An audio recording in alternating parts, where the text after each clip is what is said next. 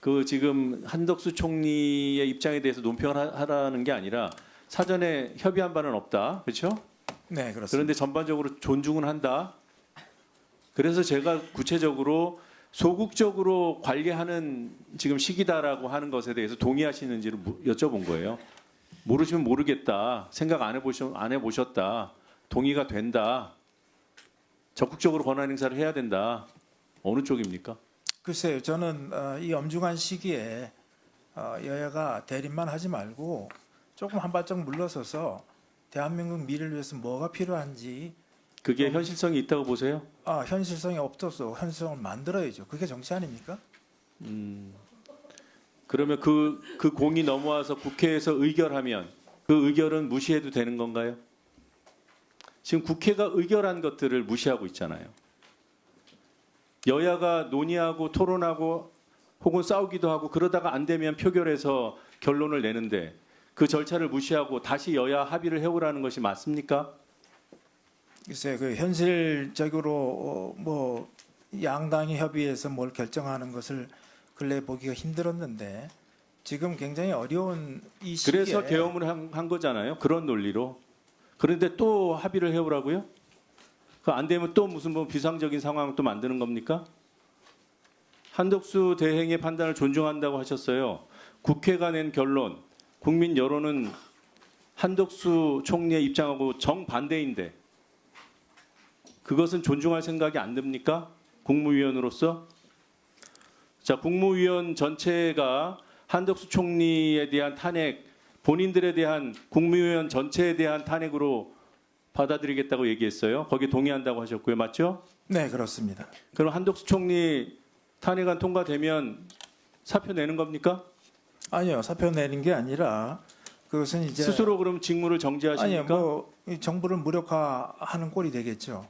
한덕수 총리가 탄핵되면 정부가 무력화됩니까? 왜 그렇게 비약을 시키죠? 비약이 아니라 당연히 그 지금 결과가 되지 않겠습니까? 행정부가 국회를 무력화하고 있잖아요. 국회에서 의결한 것들을 거부하고 임명동의안 처리했는데 임명 안 하고 그래놓고 모여서 기자회견하면서 한덕수 총리 탄핵하면 우리 모두에 대한 탄핵이라고.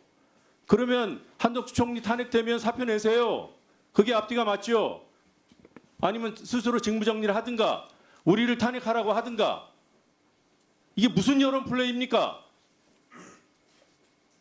노 의원님, 그래놓고 존중한다고요? 국민들이 지금 노 의원님 지금 너무 목소리가 높습니다. 장관, 목소리가 어느 정도가 되면 높은 거죠? 잠시 중단하세요. 지금 훈계를 하시는 거죠? 훈계는 지금 노 의원님 하고 계세요. 다 알아듣습니다. 지적하고 주장하는 목소리가 겁니다. 높다고 뜻이 강조되는 게 아니에요. 아, 잠시만요. 장관, 제가 보기에는 노정면 의원님의 저 언성은 이 자리에서 저보다 훨씬 높은 데시벨이 많았습니다. 여기 훈계하러 나오신 거 아니고요.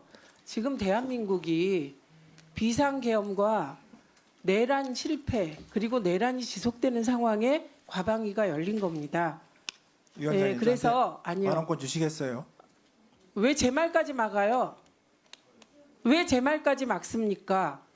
지금 그냥 위원님들 말씀에 본인의 생각을 명확히 말씀하시면 됩니다. 예, 그리고 예를 들면 언성을 높이지 말라거나 제가 보기에 언성 그렇게 높지도 않아요. 더 높은 경우도 많았습니다. 그러지 마십시오. 마시고 위원님 질문에 따박따박 답하시고요. 3번부터 다시 시작하세요. 의사를 전달하는 방식이 있어요.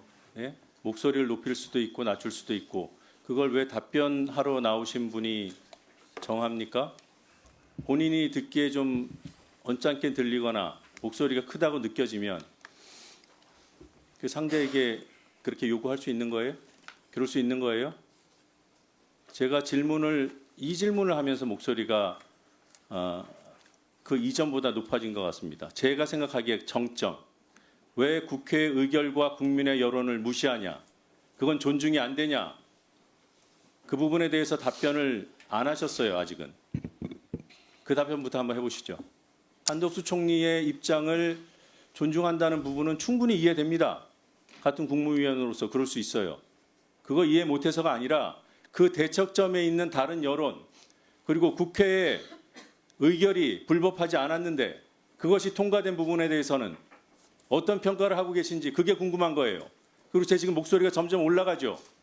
이건 화법이에요. 제가 욕을 했습니까? 소리를 질렀습니까? 그래서 고막이 좀 아프셨어요? 답변을 해도 될까요? 이제 해보세요. 글쎄요, 우리 노 의원님께서 정치를 어떻게 생각하시는지 모르겠지만 제가 이해하는 정치는 갈등을 해소하는 겁니다. 갈등을 만드는 게 정치는 아니라고 생각해요. 그래서 그냥 일방적으로 숫자로 이렇게 민다고 그게 민주주의는 아니잖아요. 그게 민입니까? 땡크로 밀어야 됩니까? 그래서 그러면 그래서- 하시고 싶은 모든 아니 그러니까 네. 국민들 다 그래서 탄핵하고 정부를 무력화하면 얻을 수 있는 게 뭔가요? 누가 정부를 무력화한다 그랬어요? 아니 지금 한덕수 말씀하셨잖아요. 다섯 총리를 사람을- 탄핵하면 무력화된다고 하셨잖아요. 국무위원들이 기자회견하면서 그 무력화되지 않겠어요? 왜 무력화되는지 한번 설명을 해보세요. 한번 생각해 보세요.